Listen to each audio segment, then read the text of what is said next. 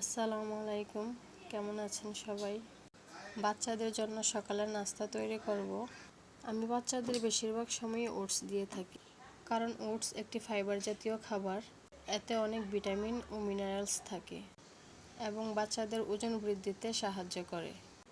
Oats রান্না করতে বেশি একটা সময় লাগে না। আমি এখানে 4 চামচ ওটসের মধ্যে 2 কাপ পানি দিয়ে দেব ও ঘন হওয়া পর্যন্ত রান্না করে নেব। বেশি ঘন করলে ঠান্ডা হওয়ার পর আঠালো হয়ে যায়, তখন বাচ্চারা খেতে চায় না। এমন হলে নামিয়ে ঠান্ডা করে নেব, যাতে হালকা কুসুম গরম থাকে। এখন 2টো কলা নিয়ে নিব।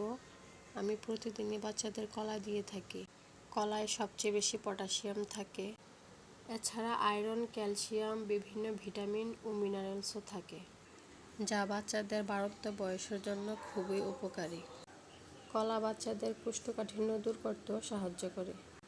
1 বছরের বাচ্চাদের বড় কলা হলে 1টি আর ছোট কলা হলে 2টি প্রতিদিন দিতে পারেন। আমি দুজনের জন্য 2টি নিয়েছি, আবার বিকেলে 2টি দিব। কলাগুলো ভালোভাবে ম্যাশ করে নিলাম। এবার এতে ওটসগুলো দিয়ে দিব। আপনারা চাইলে আপেল দিয়েও রান্না করতে পারেন অথবা খেজুর দিয়েও রান্না করতে পারেন। আমি সব রকমই দিয়ে থাকি। 1 চামচ ঘি দিয়ে দিব। আপনারা চাইলে বাটারও দিতে পারেন।